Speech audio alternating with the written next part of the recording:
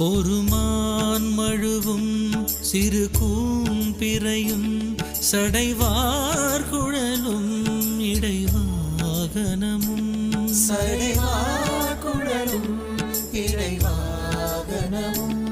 கொண்ட நாயகனின் குளிர் தேகத்திலே நின்ற நாயகியே இடபாகத்திலே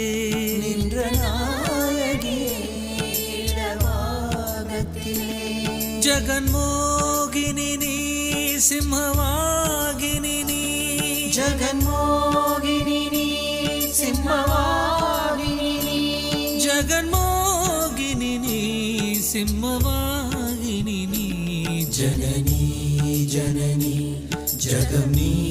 அகம் நீ ஜகத்காரணி நீ